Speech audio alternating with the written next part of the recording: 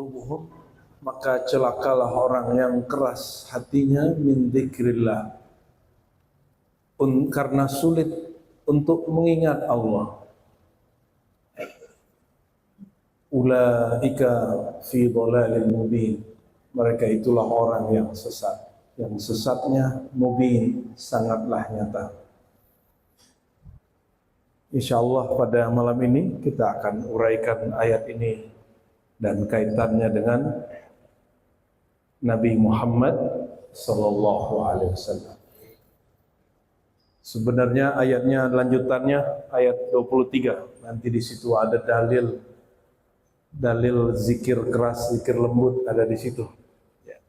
Allahu nazzala ahsanal hadis kitaban mutasyabihan mathani taqsha'iru minhu juludul ladzina yakhshawna rabbahum thumma talinu juluduhum wa qulubuhum ila dzikrillah.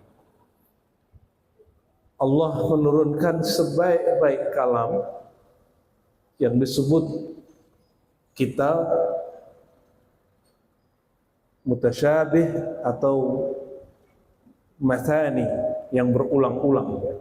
Kitaban mutasyabihan mathani taqsha'iru, bergetar karenanya kalam, karenanya zikir, karenanya Allah, minhu juludul ladzina yakhshawna rabbahum, kulit orang-orang yang takut kepada Allah, orang yang kenal kepada Allah.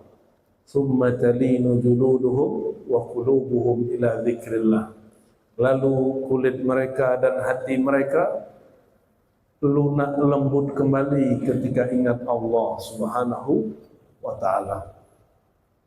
Di dalam kitab salawat yang berjudul Dalail al-Khairat yang disusun oleh Maulana al-Imam al-Jazuli, disebut juga Tariqah Jazuliyah, salah satu nama baginda Rasulullah SAW Sayyidina Zikrullah, Sayyiduna Zikrullah. Apa arti zikrullah? Apa arti zikrullah? Mengingat Allah. Ketika turun surat Alam Nashrah, wa rafa'na laka dzikra, kami angkat hai Muhammad zikir terhadapmu, zikra. Allah menyebut, membahas, mengisahkan, mengenang Nabi Muhammad dengan zikraka, zikr. Apa maknanya? Kata Sayyidina Abdullah bin Abbas, "Ai ja'altu dzikraka min dzikri ya Muhammad." Hai Muhammad, aku jadikan mengingat engkau itu adalah awal mengingat aku. Mencintai engkau adalah awal mencintai aku. Inilah dalil kalau ingat Allah tidak sanggup, ingatlah Rasulullah dahulu. Kalau ingat Rasulullah tak terbayang, ingatlah guru. Disebut ilmu dengan rabitatul mursyid, mengingat guru. Al-mursyid al-muallim al-haqiqi huwa Allah, summa Rasulullah, summa al-masyayikh. Pada hakikatnya guru utama adalah Allah, lalu diturunkan kepada Rasulullah, lalu pewaris-pewaris Rasulullah sallallahu alaihi wasallam. Ini yang tidak dipahami oleh orang yang menganggap memperingati Nabi itu bid'ah. Mengingat guru sebelum zikir syirik. Mereka tidak faham bab ini. Ada yang tahu kitab hadis ketiga yang paling masyhur, Sahih Bukhari, Sahih Muslim. Apa yang ketiga? Sunan Abu Dawud. Ini bukan Sunan Wali Songo, bukan. Sunan Kalijaga, bukan. Sunan itu jamak dari sunnah, kumpulan sunnah-sunnah Nabi yang dikumpulkan oleh kawan Imam Bukhari Muslim, itu namanya Abu Dawud As-Sijistani. Siapa namanya? Abu Dawud As-Sijistani hafal 400.000 hadis. Berapa Pak? 400 sedikit atau banyak? Bapak Ibu ini hafal berapa hadis? Dia untuk mengenang Rasulullah, dia tidak langsung jumpa Rasulullah karena dia wafatnya sekitar tahun 275, lahirnya di awal-awal tahun 200-an. Tidak jumpa Nabi, dia cari guru, berguru ke Imam Ahmad bin Hanbal, ke Imam Qutaibah, ke Imam Qa'nabi, macam-macam. Mereka berguru kepada gurunya, gurunya kepada gurunya sampai ke Rasulullah. Imam Abu Daud ini sama dengan Bukhari, sama dengan Muslim yang kitab mereka paling sahih, paling valid, paling oke. Sezaman dengan dia ada seorang wali Allah, seorang sufi bernama Sahal bin Abdullah At-Tustari. Siapa namanya? Sahal bin Abdullah At-Tustari. Sahal bin Abdullah ini sangat cintanya kepada Ahlus Sunnah. Dia seorang sufi, sangat cinta kepada ahli hadis, sangat takzim dan hormat kepada ahli ilmu. Tidak seperti sebagian orang tarekat hari ini, benci kalau melihat orang buka kitab. Orang terhijab itu. Ini kurang pas itu. Apa kata Sahal bin Abdullah Tustari?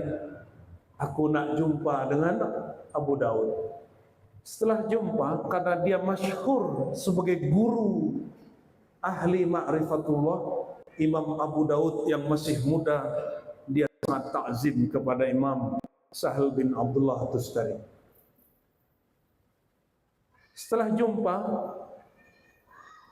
Imam Abdullah, hebatnya Abu Daud ini kemudian mengajak dialog. Puncak dialog, Abu Daud bertanya, jadi hajat engkau ada apa wahai Tuan Syekh Sahal bin Abdullah Tustari? Kata Imam Sahal, Imam ahli ma'rifatullah, wahai Abu Daud, jika engkau mengizinkan hajatku, ya, hal ya, fil imkan, begitu kalimatnya, kalimat Arabnya enggak bahasa Arab lama. Antak diali hajati bil imkan, jika memungkinkan engkau menunaikan hajatku, tapi hajatku sangatlah aneh. Kata Imam Abu Daud, apa hajatmu wahai Tuan Syekh, sebutkan saja, jika memungkinkan aku jawab. Kata Imam Sahal bin Abdullah, enggak, engkau harus jawab iya dulu, baru aku sampaikan. Karena Imam Abu Daud takzim dengan orang yang dikenal wali Allah, orang yang kenal kepada Allah. Maka dia mengatakan, katakanlah wahai wali Allah, nanti insya Allah aku tunaikan semampuku. Barulah imam yang sudah senior ini menyampaikan hajatnya. Wahai Abu Daud, imam sunnah, izinkan aku mengambil berkah nur Rasulullah lewat lisanmu. Maksudnya apa? Mohon keluarkan antukhrij li lisanak fa uqabbil lisanaka alladhi talaffazta bihi ahadits an-nabiy sallallahu alaihi wasallam. Jika engkau berkenan, mohon julurkan lidahmu, lalu aku mengecup lidahmu untuk mengambil berkah, karena engkau 400.000 kali menyebutkan Nabi sallallahu alaihi wasallam dalam hafalanmu. Kita mungkin sebut itu syirik, itu tidak syirik. Mana yang lebih dahsyat?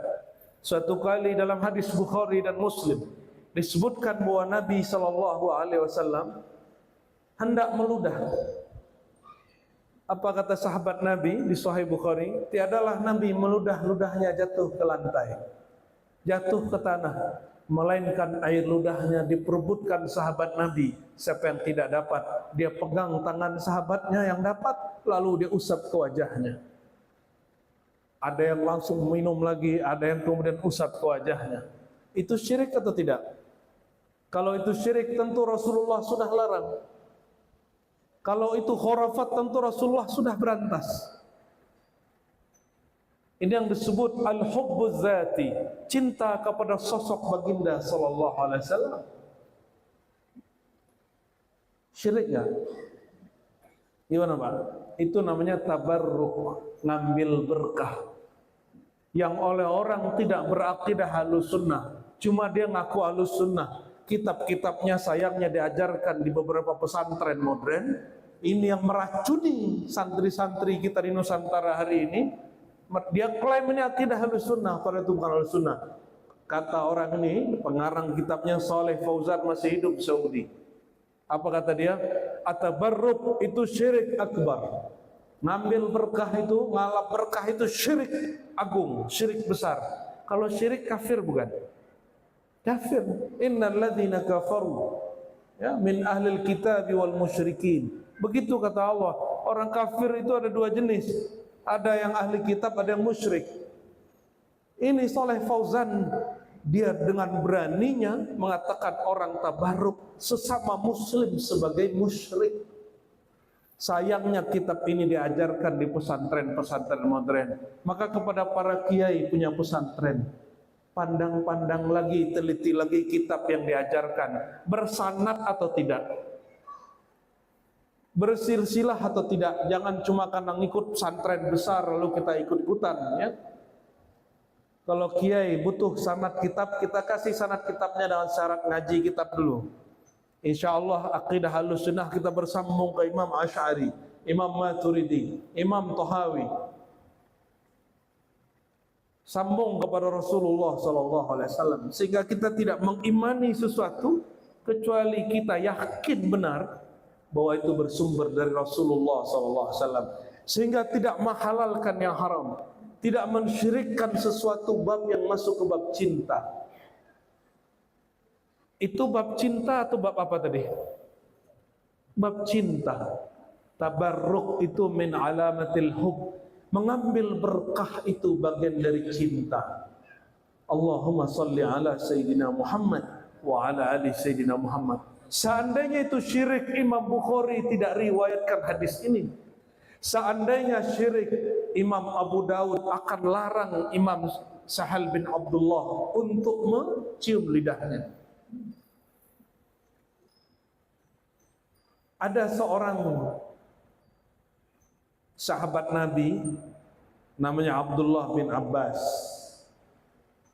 Ada juga Anas bin Malik.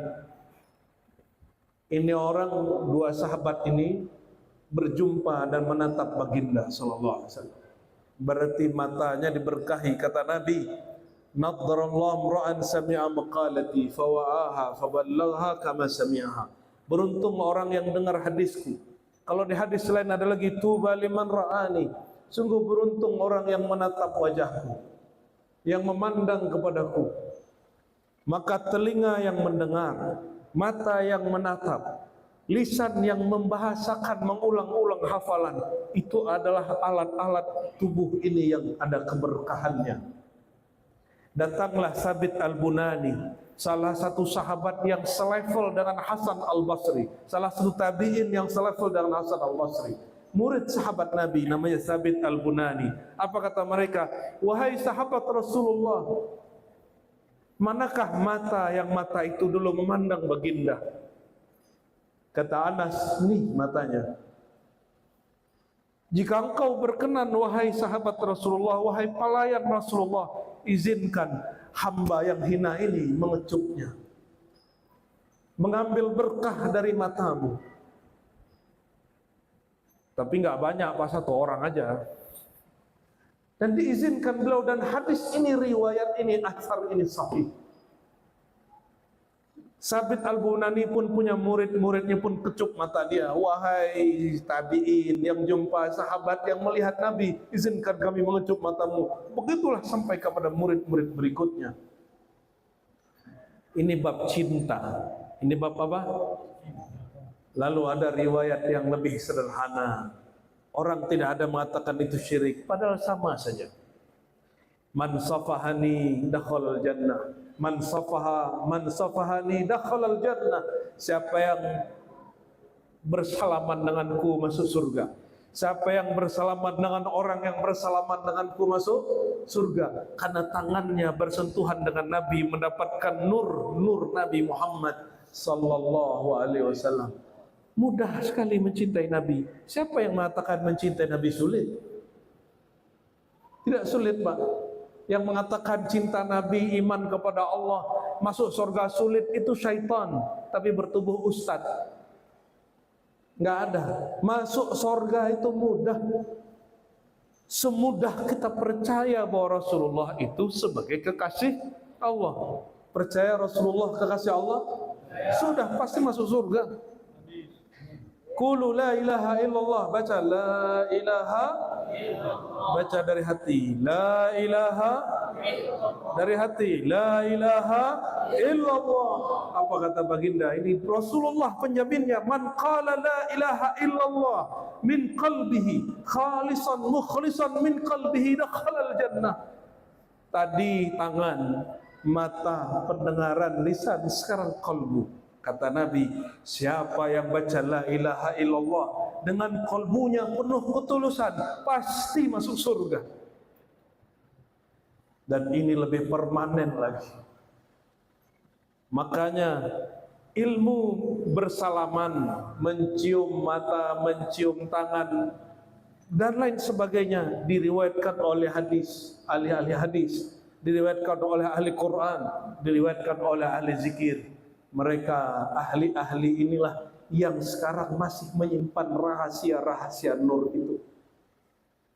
Itulah salah satu makna dari afaman syarahallahu sadrahu lil Islam fahuwa ala nurin min rabbih fawailul lil qasiyati qulubuhum min dzikrillah. Celaka orang yang hatinya keras, kesat untuk menerima zikrullah. Nama Rasulullah salah satunya adalah zikrullah. Jika engkau hendak ingat Allah, ingatlah Rasulullah terlebih dahulu, karena tiada kita yang sanggup ingat Allah. Allah laisa kamitsli syai'. Tidak ada satupun yang dapat membayangkan Allah.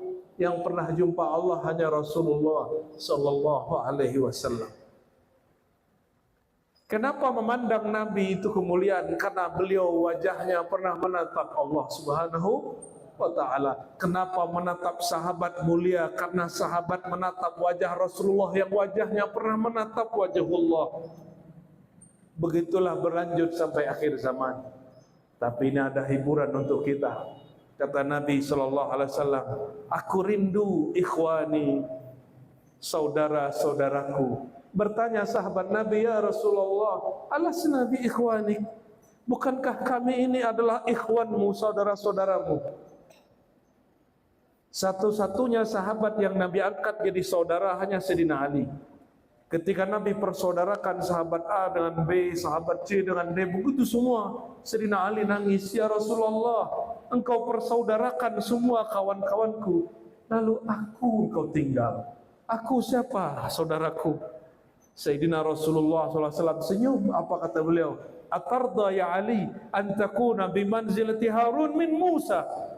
Wahai Ali, apa engkau tidak ridho, tidak senang engkau saudaraku seperti Harun dan Musa? Menangis Sayyidina Ali, terharu beliau.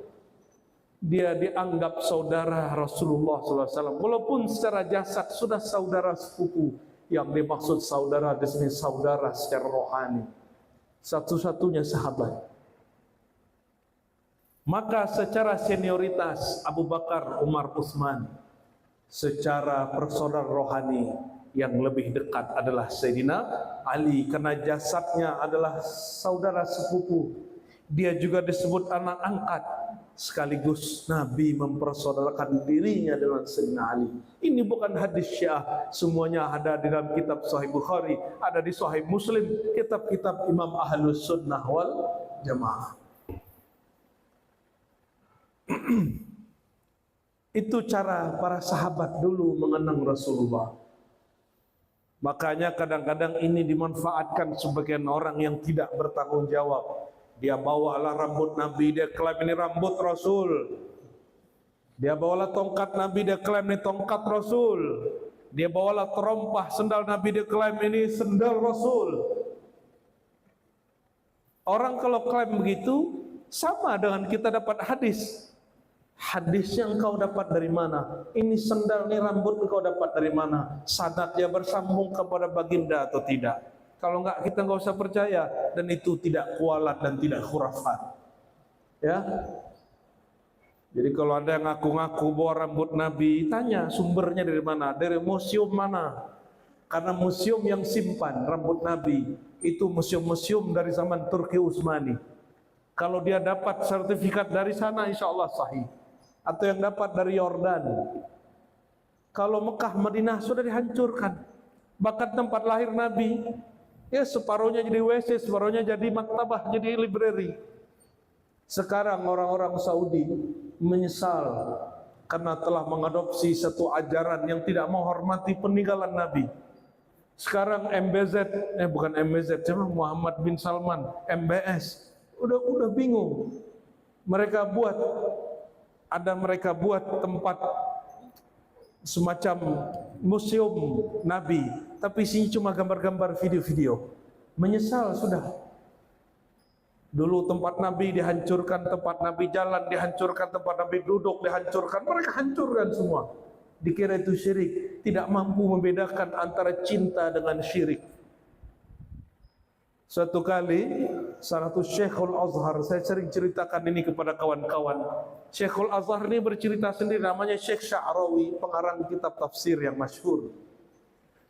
Saya dikasih kitab Sya'rawi oleh seorang zuriat Rasul namanya Habib Hussein Al-Idrus, punya toko kitab di Condet. Karena dikasih kitab itu teringatlah kisah beliau. Apa kata Syekh Sya'rawi? Waktu aku ziarah kepada Nabi Muhammad SAW, aku mencium pagar-pagarnya. Datanglah askar mengatakan, "Hei, ya Syekh, ya Haji, hadza syirik." Wahai tuan Syekh, ini syirik. Syekh Sya'rawi, imam ahlu sunnah, tokoh besar di Al-Azhar, mana mungkin ahli akidah, ahli tafsir Al-Azhar tidak mengerti bab syirik, ditegur oleh askar yang bukan ulama. Mungkin enggak ulama Al-Azhar terjebak syirik? Mungkin enggak? Mungkin? Lebih alim antum apa Syekh Sya'rawi? Askar itu kadang enggak sekolah tinggi, enggak sekolah agama dia. Apalagi SMP, SMA dia kan. Makanya enggak ngerti adab, berteriak-berteriak di kuburan Nabi SAW. Akhirnya karena dia mencium pagar dianggap syirik, dia orang tinggi, orang Mesir tinggi-tinggi, orang Saudi pendek-pendek, dia ambil kepala si askar ini, cium jidat dia. Kagetlah ini askar. Syekh Sya'rawi mengatakan, ini syirik atau tidak? Mencium engkau ini syirik atau tidak? Bingung, enggak. Kalau mencium engkau tidak syirik, kenapa mencium kuburan Nabi syirik? Halo Pak, mencium istri syirik? Mencium anak syirik gak? Mencium tangan guru syirik gak? Allahu Akbar. Kurang keras ini, kurang yakin akidah Ahlus Sunnahnya, kurang sahih ini. Kayaknya akidah Ahlus Sunnah antum kurang bersanad ini ya. Orang nggak pede itu kalau nggak punya sanad. Saya kenapa pedenya agak kuat, percaya dirinya agak lebih, karena kita dijamin oleh guru kita. Kata guru saya, semenjak hari ini lisan Rasulullah mengalir lewat lisanmu, jabat tangan-tangan Rasulullah mengalir lewat tanganmu. Begitu guru kita waktu mengijazahkan zikir-zikir, ijazah-ijazah hadis, kitab-kitab sunnah, akidah Ahlus Sunnah, kata beliau, sejak hari ini kolbu Rasulullah yang mengalir di situ iman juga mengalir nurnya di kolbumu, dihujam begitu ke kolbu kita. Dibacakan la ilaha illallah, dibacakan ke kolbu la ilaha illallah, bergetar hati kita seperti sahabat dahulu bergetar. Sehingga benarlah ketika Allah mengatakan, idza dzukirallah wajilat qulubuhum, surah Al-Anfal, jika disebut nama Allah hati bergetar. Ternyata itu harus diambil dari guru yang dulu berzikir, dia kolbunya getar, diambil dari gurunya sampai kepada sang maha guru Rasulullah sallallahu alaihi wasallam. Orang sahabat-sahabat dulu setiap ada kesempatan mereka maulid. Itulah cara peringatan maulid mereka. Jumpa sahabat Nabi, jalannya cium kakinya. Cium kaki loh, tapi jangan cobain ke kita ya. Tangan gurunya berangkat dari Baghdad mau pulang ke Uzbek, ke kampungnya. Imam Bukhari ini keluar dari kampungnya masih remaja, baru pulang pas sudah mau tua. Hidupnya habis hanya untuk mempelajari sunnah Nabi. Hidupnya hari-hari hanya mengenang Rasulullah, membacakan hadis Rasulullah. Sampai tidak ada dia berkalam, melangkah, mengatakan suatu kecuali berdasarkan hadis Nabi Muhammad sallallahu alaihi wasallam. Apa kata beliau? Ma amiltu syai'an ma fa'altu. Tidaklah aku lakukan sesuatu kecuali aku siapkan hujahnya di sisi Allah. Hujahnya adalah Rasulullah SAW. Datanglah dia ke kota Naisapur, kampung Imam Muslim pengarang kitab Sahih. Kisah ini disebutkan oleh Imam Az-Zahabi, murid Ibnu Taimiyah, Imam Salafi. Disebutkan oleh Ibnu Katsir dalam Al-Bidayah wa Nihayah, murid Ibnu Taimiyah, Imam Salafi. Walaupun Salafi hari ini tidak percaya, kita kasih nasihat dari hati paling dalam. Kita cinta kepada anda karena anda juga mengatakan la ilaha illallah Muhammadur Rasulullah. Jangan syirikkan yang tidak syirik. Jika ia engkau telah menganggap musyrik Imam Ahlus Sunnah, ya, jangan sembarangan. Imam Muslim persilakan Bukhari duduk di mimbarnya. Tadinya tempat duduknya Imam Muslim, pesantren dia, jami' dia. Dia mintalah Imam Bukhari duduk di atas. Duduklah beliau di atas. Ketika imam itu duduk, Imam Bukhari duduk, Imam Muslim mengatakan, izinkan wahai tuan syekh, wahai ahli hadis, wahai doktor hadis, tabibul hadis, wa ilahi an uqabbila yadaika wa rijlaik. Aku cium dua tanganmu dan dua kakimu.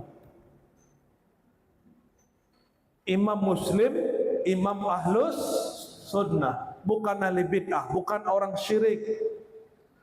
Dia tahu cium tangan dan kaki gurunya bukanlah syirik.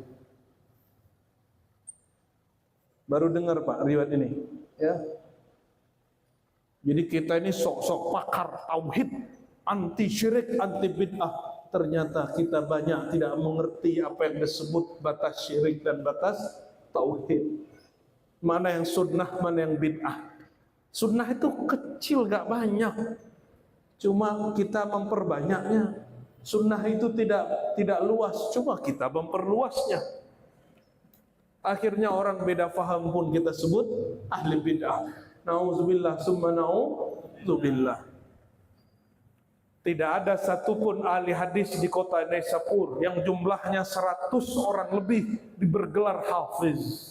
Hafizus sunnah, tiada satupun yang membantah perilaku Imam Muslim itu. Tidak ada satupun. Karena mereka tahu semua bahwa itu amal bagian dari sunnahnya para salafus salihin. Ya. Begitu cara mereka mengenang Rasulullah sallallahu alaihi.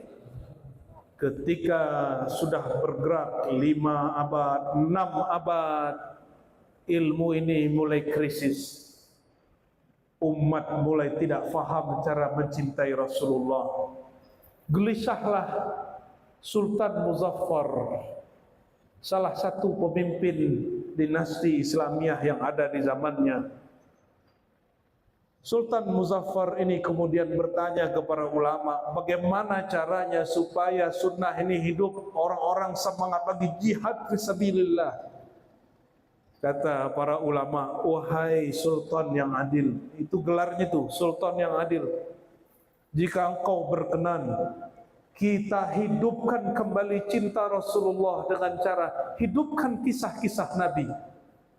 Maka kemudian Sultan Muzaffar dia istikharah 2 rakaat, hatinya mantap, dia buat pengumuman, siapa saja ulama yang sanggup mengisahkan kisah Rasulullah dengan apik, dengan bagus, dia akan mendapatkan hadiah sekian emas, sekian dirham.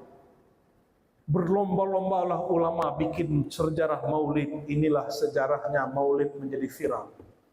Kenapa kemudian itu terjadi?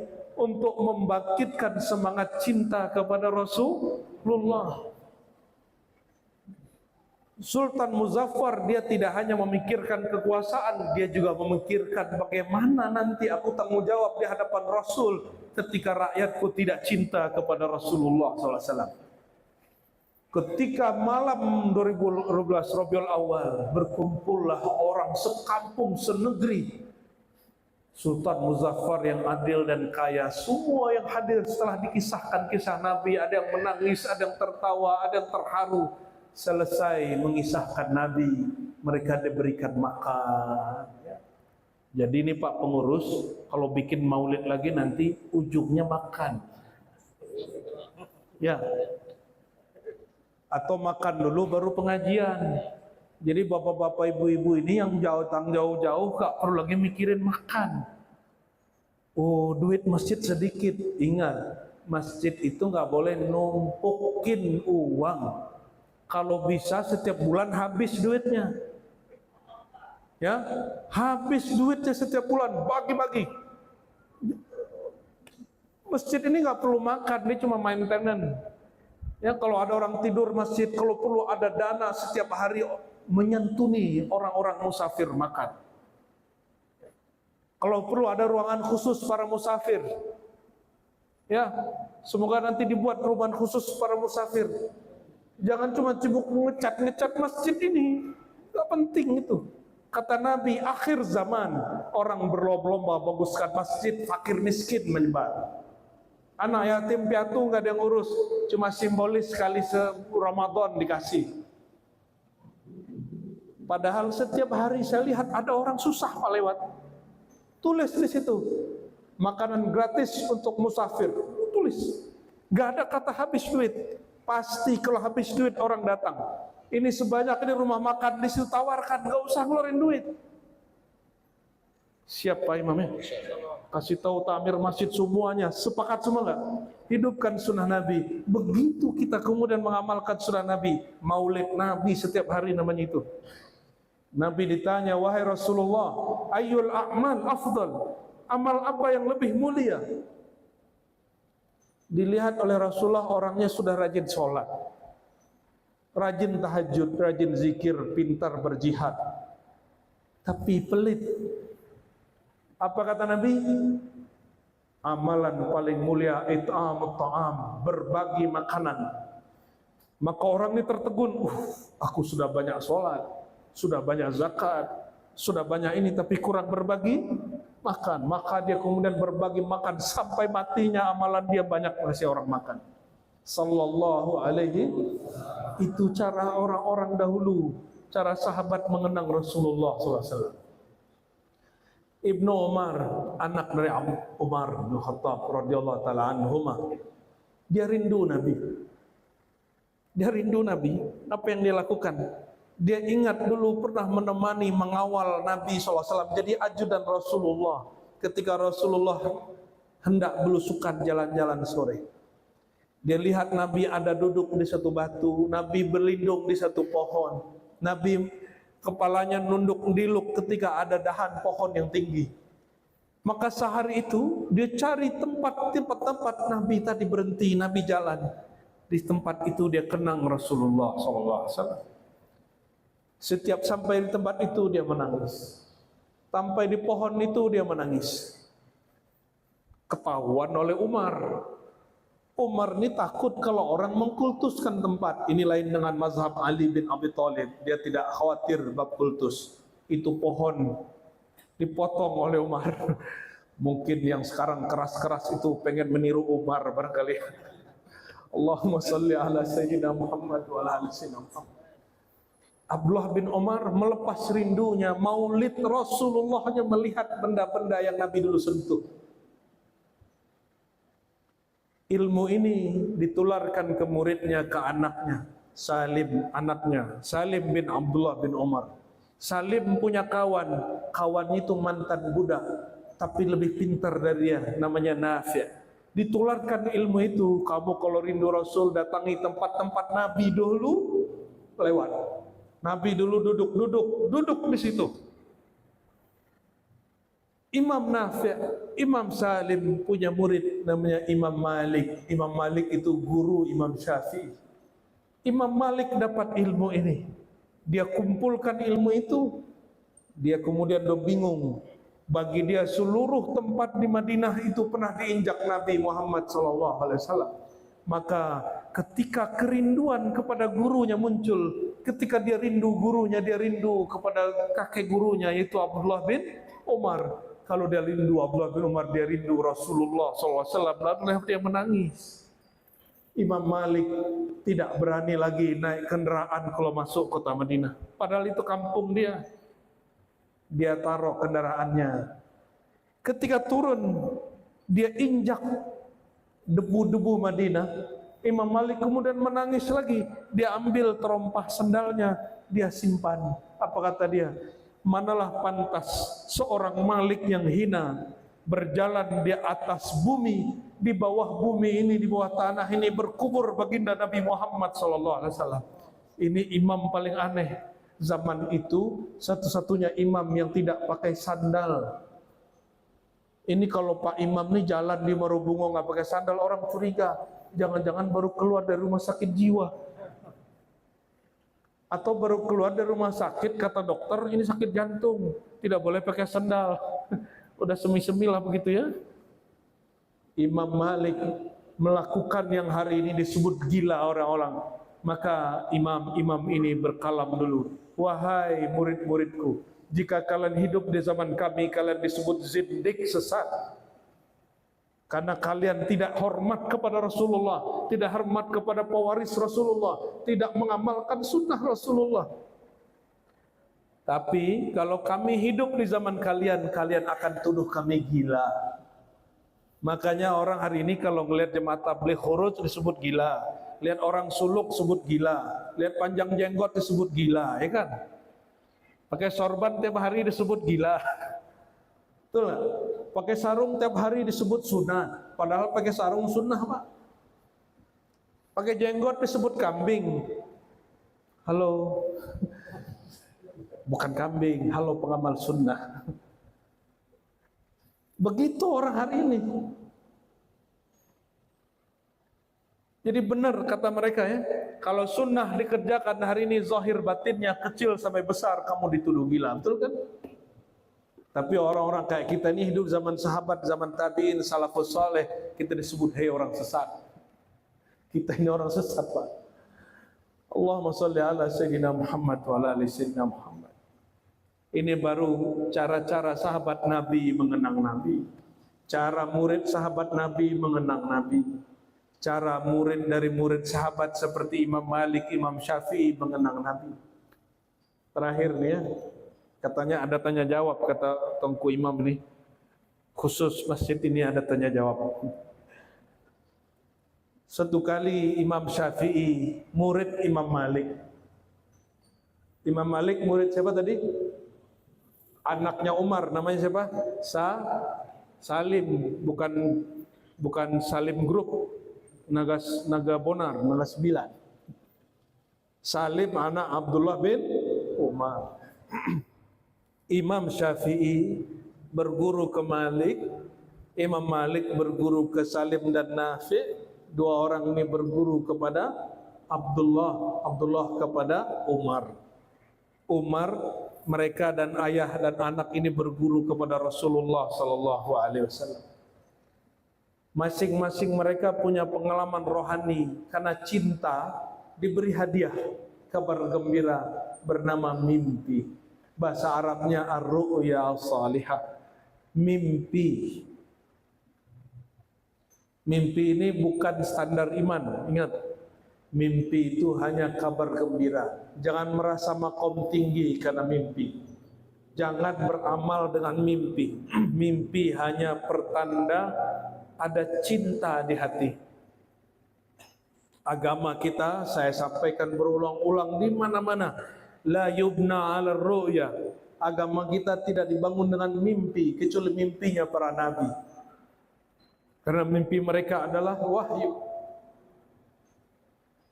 Agama kita yubna 'alal aqlis sahih wad dalil as-sarih. Dibangun dengan akal yang sehat dan dalil yang kuat.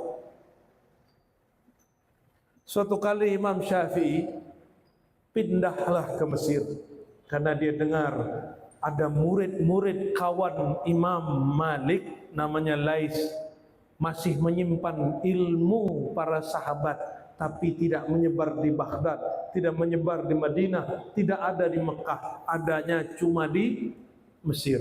Waktu itu Kairo belum ada, belum jadi kota. Berangkatlah Imam Syafi'i ke sana, tapi dia berkalam ke orang Baghdad, aku tidak tahu apakah ini kepergian terakhirku atau tidak. Dia sudah punya firasat bahwa dia berangkat ini tidak balik lagi. Sampailah di Mesir. Imam Syafi'i ini biasa mimpi Nabi hampir mungkin tiap malam. Kalau kita nonton YouTube tiap malam, beda ya. Imam Syafi'i nonton kolbunya tiap malam, kolbu cinta kepada Rasulullah SAW. Karena rohani Rasulullah masih hidup walaupun jasadnya sudah dikubur. Orang mimpi rohnya terbang. Kata Nabi, man bata tahiran, siapa yang tidur dalam keadaan suci, maka rohnya tawaf di arsy. Hadis ini hasan, tidak sampai sahih tapi juga bukan dhaif. Lalu dalam mimpi berjumpa Sayyidina Nabi SAW. Apa kata Nabi kepada Imam Syafi'i? Wahai Muhammad bin Idris Syafi'i, sampaikan kepada muridmu di Baghdad bernama Abu Abdullah Ahmad bin Hanbal, salam dariku, salam cinta dariku Rasulullah.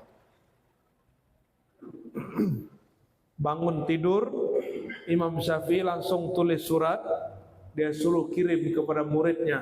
Ada yang mengatakan bahwa murid yang memegang surat ini namanya Muzani. Kata Imam Syafi'i kepada muridnya, la taftah hadhihi risalah, jangan kamu buka risalah ini, biarkan Imam Ahmad yang buka. Berangkatlah dari Mesir Imam Muzani ini, sampailah kemudian di Baghdad, di Irak, jauh sekali, barangkali 2 sampai 3 bulan. Dulu nggak ada bis, nggak ada kereta api, nggak ada pesawat. Sampai di sana disuruh buka, Imam Muzani nggak mau. Wahai Gurunda, aku disuruh hanya menyampaikan, tidak boleh buka kecuali engkau yang buka. Dibukalah oleh Imam Ahmad. Dia bacalah, salam dariku gurumu, ayahanda rohanimu Muhammad bin Idris Syafi'i. Aku berjumpa rohani Rasulullah malam bulan sekian, dan beliau menyampaikan salam untukmu. Menangis Imam Ahmad bin Hanbal. Maka dia kirim surat lagi. Apa suratnya? Salah satu yang meriwayatkan mengatakan bahwa Imam Ahmad bin Hanbal berkirim, wahai Gurunda, tolong tetap doakan aku, tolong tetap berkabar kepadaku jika ada hadis yang baru, ilmu hukum yang baru. Padahal hafalan hadis lebih banyak Imam Ahmad bin Hanbal, tapi ketajaman rohani lebih kuat gurunya Imam Muhammad bin Idris Syafi'i. Semenjak saat itu Imam Ahmad mengatakan, la atruk fi salati Syaikhi Muhammad bin Idris Syafi'i. Sejak hari itu aku selama 40 tahun tidak pernah meninggalkan dalam doaku menyebut nama guruku, mendoakan, memfatihahkan guruku. Kira-kira begitu. Saya mau tanya kepada orang yang hadir malam ini, cinta Rasulullah tidak? Siapa yang mengenalkan kita kepada Rasulullah? Guru. Cinta guru tidak? Jika cinta guru, sudah muliakan guru belum? Sudah berkorban untuk guru belum? Sudah bahagiakan guru belum? Sudah durhaka kepada guru belum? Setiap hari jangan lupa doakan guru. Karena kita boleh sholat, kita mampu ruku sujud, kita baca Quran, kita boleh zikir berkat sentuhan guru-guru mulia. Ya, inilah cara bermaulid setiap hari. Kalau maulid yang tabligh akbar ini maulid yang formalnya. Bermaulidlah setiap hari, hubungkan hati kepada Rasulullah melalui pewarisnya. Al ulama warasatul anbiya, para ulama adalah pewaris-pewaris Rasulullah, Nabiullah. Semoga semua yang hadir ini murid-murid dari pewarisnya. Amin ya rabbal alamin. Jangan lupa mulai malam ini sebelum tidur doakan guru. Ya. Lebih tinggi makom guru atau orang tua? Guru. Orang tua paling doakan, ya Allah mudahkan rezeki anakku. Kalau guru, ya Allah jangan sampai ya Allah muridku disentuh api neraka. Ya Allah jangan sampai muridku ditimbang dengan timbangan yang susah, dihisap dengan hisap yang berat. Jangan sampai muridku sakaratul mautnya dia susah. Jangan sampai dia mati su'ul khotimah. Mana yang lebih mantap itu? Mana yang sebenar-benar orang tua? Guru. Maka kadang orang tua jasad kurang dikirim duit marah. Ya, kalau guru rohani tidak. Guru rohani faham beban muridnya bertambah banyak. Yang ada pada dirinya doa. Ya, malam ini janji berniat berusaha mendoakan guru setiap hari, minimal sekali sehari, syukur-syukur setiap selesai sholat. Sepakat? Ya. Itulah cara menghubungkan hati dengan Rasulullah SAW. Saya tutup dengan hadis, lam yashkurillah man lam yashkurin nas. Tidak disebut bersyukur, berterima kasih orang yang tidak berterima kasih kepada makhluk, kepada gurunya, kepada orang tuanya, kepada orang yang berjasa kepadanya. Walillahil hamd. Wassallallahu ala sayyidina Muhammad. Saya kembalikan kepada Tuanku Imam. Jadi ada tanya jawab? Apa cukup aja lah?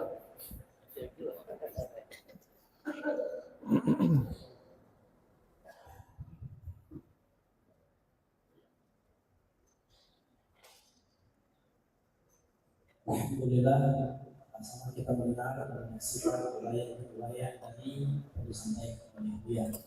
Selanjutnya kepada Bapak Ibu dua aja lah ya. Dua aja. Itu pertanyaan kepada Buya. Dua pertanyaan.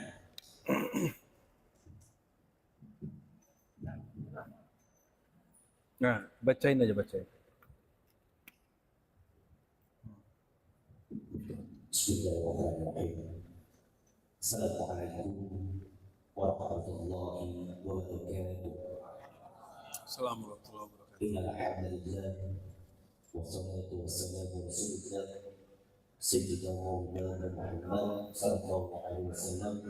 Asyhadu an la ilaha illallah wa asyhadu anna Muhammadan abduhu wa rasuluh la nabiyya ba'dah. Yang saya hormati Buya, yang saya hormati pengurus masjid dan bapak ibu jamaah undangan. Sebelumnya saya ucapkan terima kasih kepada Bapak Buya yang telah memberi kesempatan kepada saya untuk bertanya.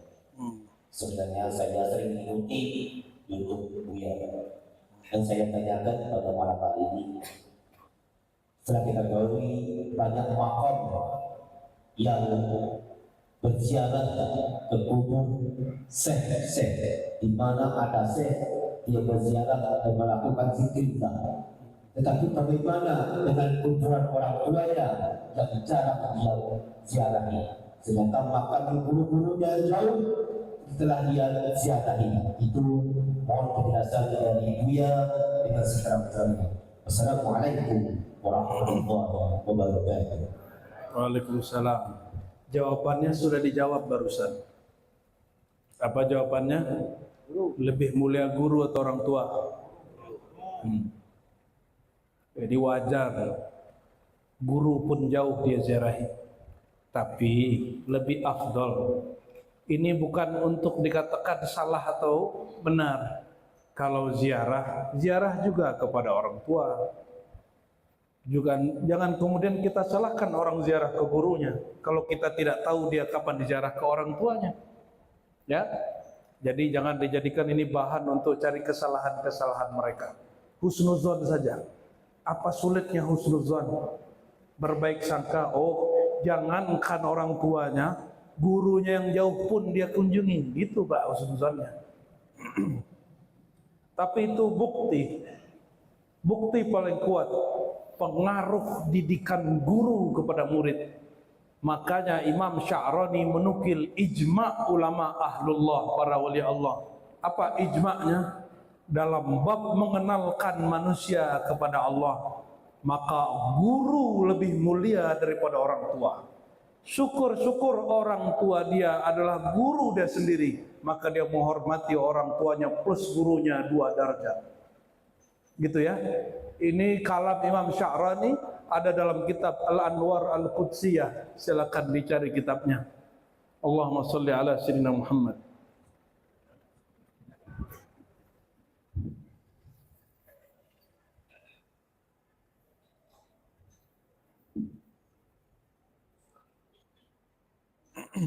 Bismillahirrahmanirrahim. Langsung ya. Assalamualaikum warahmatullahi wabarakatuh. Assalamualaikum.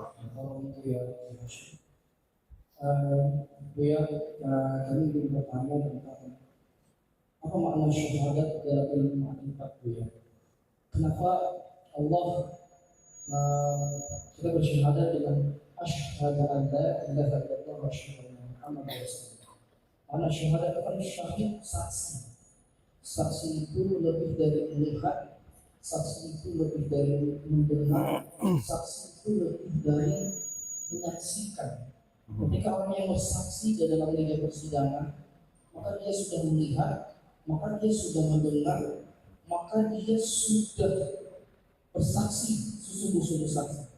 Tapi dalam syahadat, kita mengatakan asyhadu an la ilaha illallah wa asyhadu anna Muhammadar Rasulullah. Kami bersaksi, saya bersaksi bahwa tidak ada Tuhan sama Allah. Bukan anak amzur, anak asma, atau anak ashhud. Baik. Assalamualaikum warahmatullahi wabarakatuh. Assalamualaikum warahmatullahi wabarakatuh. Apa makna syahadat secara ilmu ma'rifatullah? Karena awwaluddin ma'rifatullah. Awal orang beragama dia kenal Allah. Fa'lam annahu, maka kenalilah bahwasannya dia tiada yang berhak disembah selain dia. Allah berfirman, syahidallahu annahu la ilaha illahu wa wal malaikatu wa ulul ilm. Allah bersaksi bahwa dirinya tiada yang berhak disembah kecuali dirinya, dan para malaikat juga ikut bersaksi, dan orang berilmu. Kada sebut ilmu, ada namanya persaksian ilmu, ada persaksian fisik. Jika barangnya fisik, maka persaksiannya fisik. Jangan disamakan orang di pengadilan. Pengadilan itu hukumnya, buktinya bukti fisik. Kita harus tanya dulu, Allah itu hakikatnya fisik atau non fisik? Allah menyebut dirinya huwal awwalu wal akhiru wal zahiru wal batinu dalam surah Al-Hadid. Dia awal, dia akhir, dia zahir, dia batin. Apa yang zahir? Apakah zahir dengan materi? Maka Imam Abu Yazid, pakar ma'rifatullah, ya, dia masih punya adab, tidak seperti ustadz-ustadz ngaji ma'rifat hari ini ngaji adab yang mengatakan kalau pandang alam berarti pandang Allah. Enggak begitu, Pak. Pakailah adab kepada Allah. Berarti ngelihat mandang Allah ya. Ngelihat sampah lihat Allah gitu. Kan itu alam. Enggak begitu caranya kita masangkan adab bermakrifat. Jadi ada adab menyebut nama Allah itu. Jangan sembarang mengatakan alam ini Allah, enggak begitu. Al-alam kullu ma siwallah. Ulama ahli hakikat dari dulu mengatakan alam itu selain Allah. Terus kenapa muncul ajaran bahwa alam ini adalah ainullah, adalah intinya Allah? Karena kurang adab kepada Allah. Walaupun secara hakikat ditembus-tembus dari sampai juga kepada bab itu, tapi dia kurang beretika kepada Allah. Maka ulama kita bagi mengenal Allah itu ada mengenal fiil perbuatan, kudrat iradatnya, ada mengenal namanya, ada mengenal sifatnya, ada mengenal zatnya. Oke, coba ulangi. Mengenal perbuatan. Kedua, nama. Tiga, sifat. Empat, zat. Mengenal perbuatan. Alam ini hasil perbuatan siapa? Paham? Maka mata ini melihat alam, menyaksikan perbuatan Allah. Jangan sebut menyaksikan Allah, kamu kurang ajar namanya itu. Alam ini hanya perbuatan Allah bukanlah Allah. Saya sholat, saya zakat, saya jalan. Apakah jalan itu saya?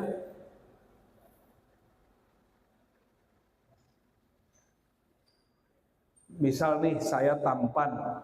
Apakah tampan itu saya? Bukan. Allah itu bersifat indah jamil. Tapi tidaklah indah itu Allah. Tapi tiadalah perbuatan itu kecuali bersumber dari Allah. Nah, gitu cara memahaminya. Itu adab yang ditulis oleh Imam ahli hakikat, Imam ahlus sunnah, Abul Hasan Asy'ari. Karena dia ngambil ilmunya langsung kepada Imam Junaid al-Baghdadi, wali kutub, wali ghaus di zamannya. Kalau sekarang kan wali gosok banyak ya. Kalau dulu wali ghaus, dia berbicara tentang Allah penuh tanggung jawab, penuh adab. Saya agak kaget ketika ada ustadz mengatakan, kalau kau pandang alam, ini pandang Allah. Itu kajiannya kurang sampai itu, kurang adab itu. Alam ini adalah perbuatan Allah, dapat disaksikan oleh mata secara fisik. Nyambung? Nyambung? Nama Allah adanya di kolbu, dapat dipandang oleh kolbu. Kapan kolbu memandang? Jika disebut namanya kolbu bergetar, jika disebut namanya kolbu menjadi tentram, dia sedang bersyahadat. Dia menyaksikan nama. Apa yang disaksikan?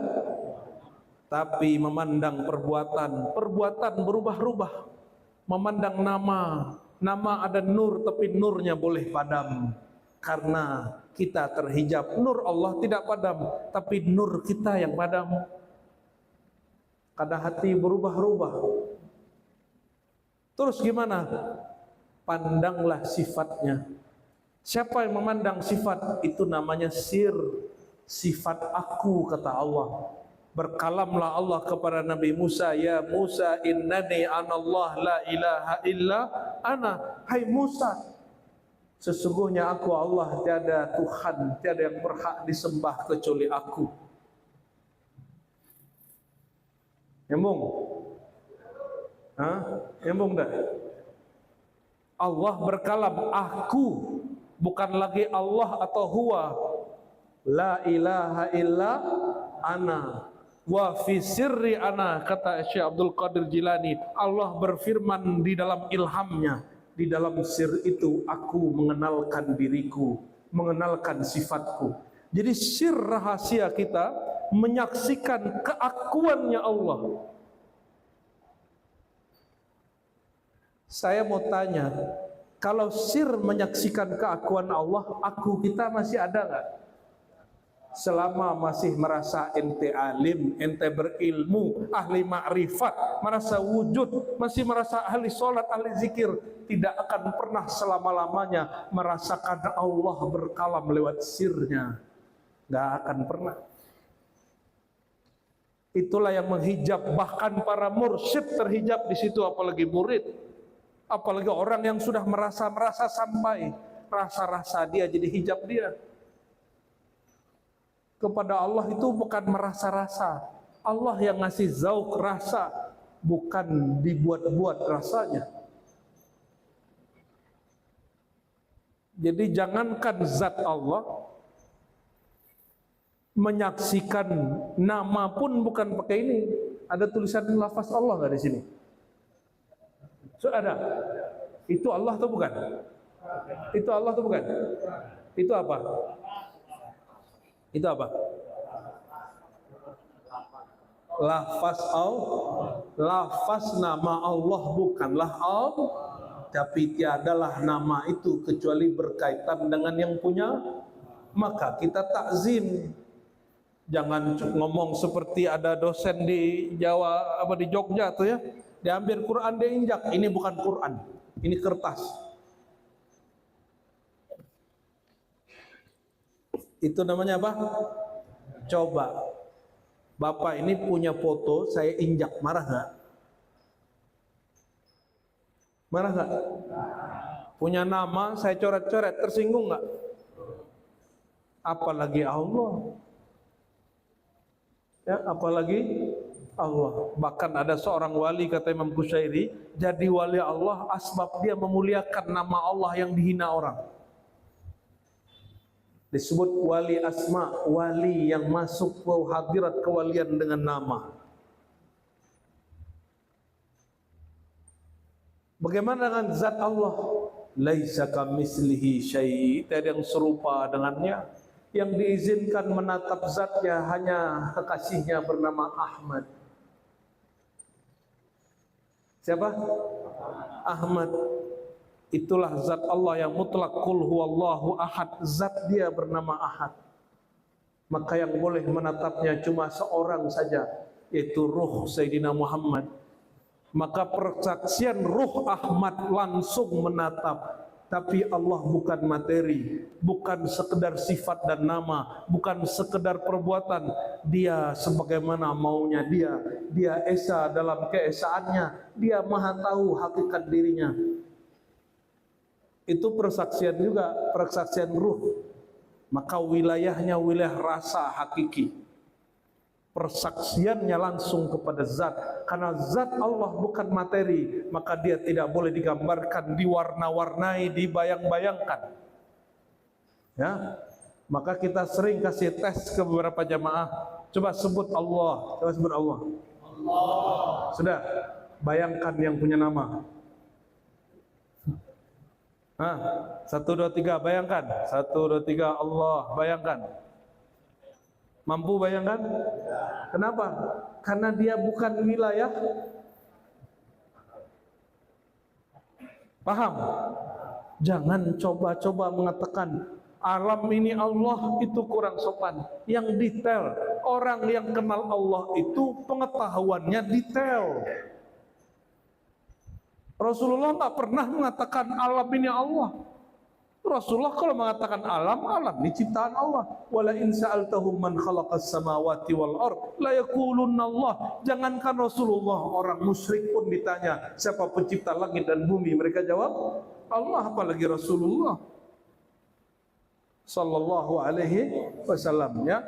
Jadi berhati-hati ngaji ma'rifat.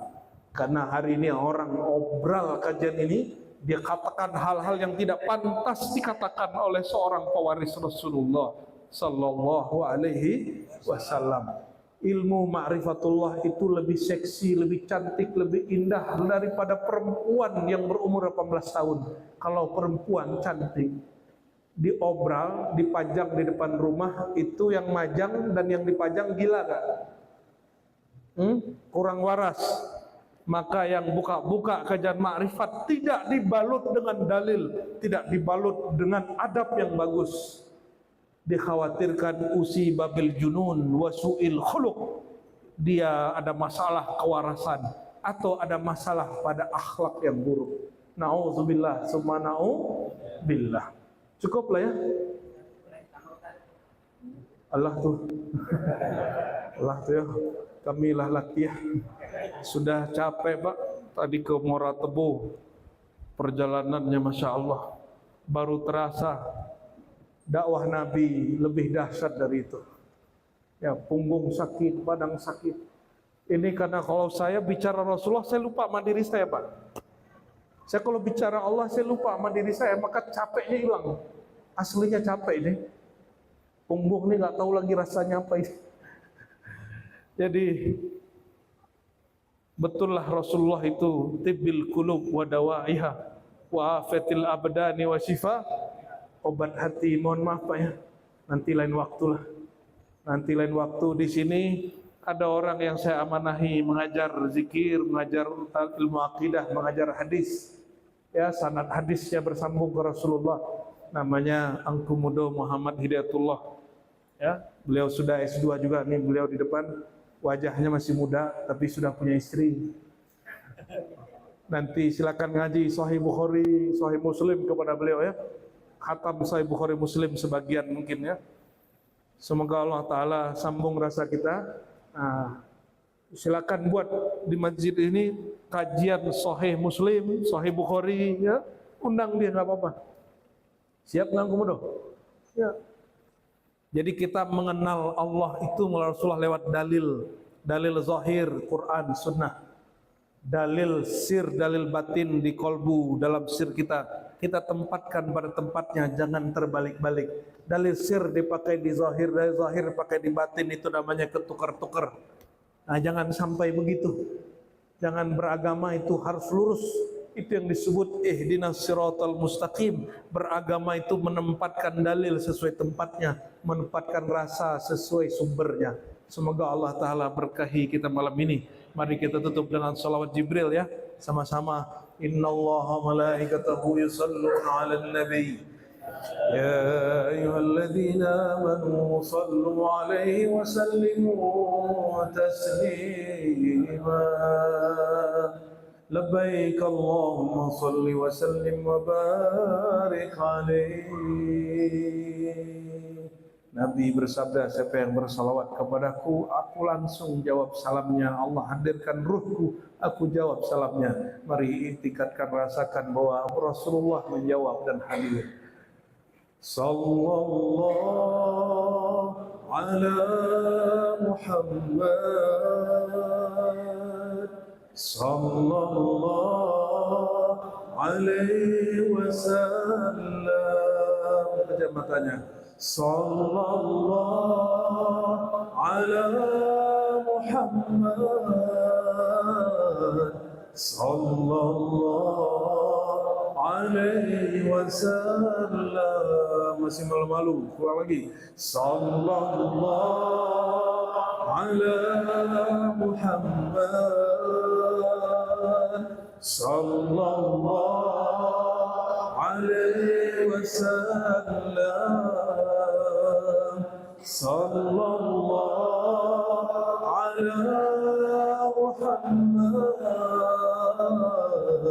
sallallahu alaihi wasallam.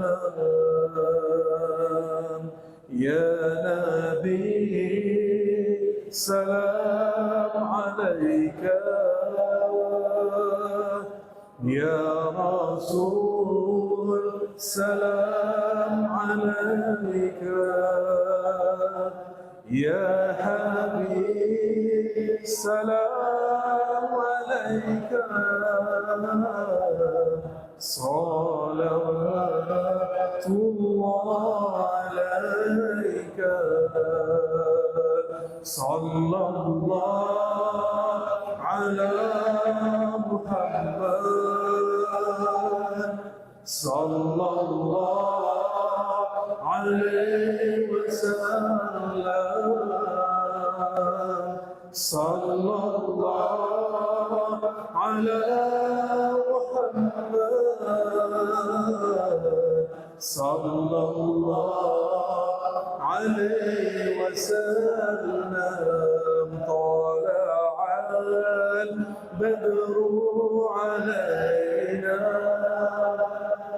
min saniyatil wada'i, wajaba syukru alaina mada lillahi da'i. Sallallahu ala Muhammad, sallallahu alaihi wasallam. Sallallahu ala Muhammad, sallallahu alaihi wasallam. Sekali lagi. Sallallahu ala Muhammad, sallallahu عليه وسلم صلى الله على محمد صلى الله عليه وسلم. الفاتحة. اللهم يا نسيم صراط المستقيم صراط الذين أنعمت عليهم غير المغضوب عليهم ولا الضالين آمين. اللهم يا رحمن الرحيم يا كريم يا سميع يا بصير يا قريب يا قريب يا قريب يا سميع الدعاء يا من هو أقرب إلينا من حبل الوريد اسمع دعاءنا فاستعجب دعواتنا واقضي هوائجنا واستر عوراتنا واغفر ذنوبنا فكفر عنا ما مضى يا واسع الكرم. اللهم يا Allah salli wa sallim wa barik ala nabiyyina Muhammad. Ya Allah, limpahkan salam rindu, salam cinta ini ya Allah, sampaikan kepada Nabi Muhammad. Ya Rasulullah, ya Rasulullah, ya Rasulullah, ya Rasulullah, isfa' lana ya Rasulullah. Berilah syafaat kami wahai Rasulullah. Ya Rasulullah, jangan biarkan kami nanti di padang mahsyar wahai Rasulullah mencari-cari pertolongan syafaat kepada nabi-nabi terdahulu ya Rasulullah. Berikan kami syafaat Engkau ya Rasulullah. Doakan kami di hadapan Allah agar kami tetap diberikan kesadaran ma'rifatullah, kesadaran bahwa Engkau adalah Rasulullah, Habibullah. Ya Rasulullah, beri syafaat kami sehingga kami husnul khatimah, sehingga kami tidak diazab di dalam kubur, sehingga kami dibangkitkan dengan mudah la ilaha illallah Muhammadur Rasulullah, sehingga kami ditimbang dengan mudah, dihisab dengan mudah, melewati sirat dengan mudah, bahkan bila hisabin wala azab.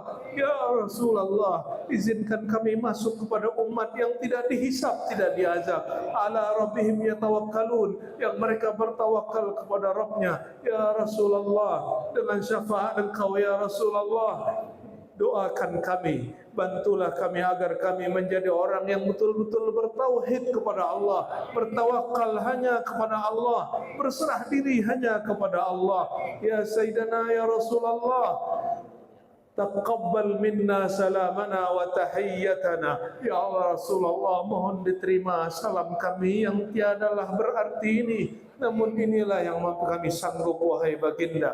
Allahumma ya Allah, Allahumma ya Allah, sabbit qulubana ala hubbika wa hubbil Mustafa. Tetapkan hati kami, kuatkan ruh kami dalam mencintai Engkau ya Allah, dalam mencintai kekasih Engkau Rasulullah, dalam mencintai pewaris-pewaris kekasih Rasulmu, para ulama, para guru, para masyaikh, para mursyid. Allahumma akrim masyayikhana. Ya Allah, muliakan guru-guru yang telah mengenalkan kami tentang Engkau, mengenalkan kami jalan mengenal Engkau, mengenal Rasulullah sallallahu alaihi wasallam. Ya Allah, ya muqallibal qulub, ya Allah yang memegang jiwa kami, yang menggenggam hati kami. Ya Allah, irham qulubana ya Allah, beri rahmatlah hati kami ya Allah, dan jangan putuskan rahmat Engkau ya Allah, sehingga seandainya kalbu ini, diri ini, jiwa ini terjebak maksiat ya Allah, terjebak kesesatan ya Allah, mohon tarik kami dengan rahman rahimmu ya Allah, jangan tarik kami dengan keperkasaanmu ya Allah, tariklah kami dengan kelembutan kasih sayangmu ya Allah. Ya Allah, jadikan namamu ya Allah, ilmu tentangmu ya Allah mengalir pada darah kami, satu tetes darah di tubuh kami, sehingga dia menjadi darah daging kami, mengalir dalam sumsum tulang kami. La ilaha illallah, la ilaha illallah, la ilaha illallah Muhammadur Rasulullah. Ya Allah, jangan pisahkan nur Engkau dari kalbu kami, nur cinta Rasulmu dari kalbu kami, sehingga ya Allah jadikan itulah pakaian hidup kami. Wa biha nahya wa 'alaiha namut. Dengannya lah kami hidup, dengannya lah kami wafat, dengannya nub'atsu insyaallah minal aminin. Dengan la ilaha illallah Muhammadur Rasulullah, bangkitkan juga kami di padang mahsyar, masukkan kami ke dalam surgamu ya Allah, dengan la ilaha illallah Muhammadur Rasulullah sallallahu alaihi wasallam. Allahumma khtim a'malana, Allahumma khtim alsinatana wa kalamana, Allahumma khtim qulubana wa musyahadatana bi an naqula wa nashhad an la ilaha illa anta wahdaka la syarika lak. Rabbana atina fid dunya hasanah wa fil akhirati hasanah wa qina adzabannar. Walhamdulillahi rabbil alamin. Subhana rabbika rabbil izzati amma yasifun, salamun mursalin walhamdulillahi rabbil alamin. Assalamualaikum warahmatullahi wabarakatuh.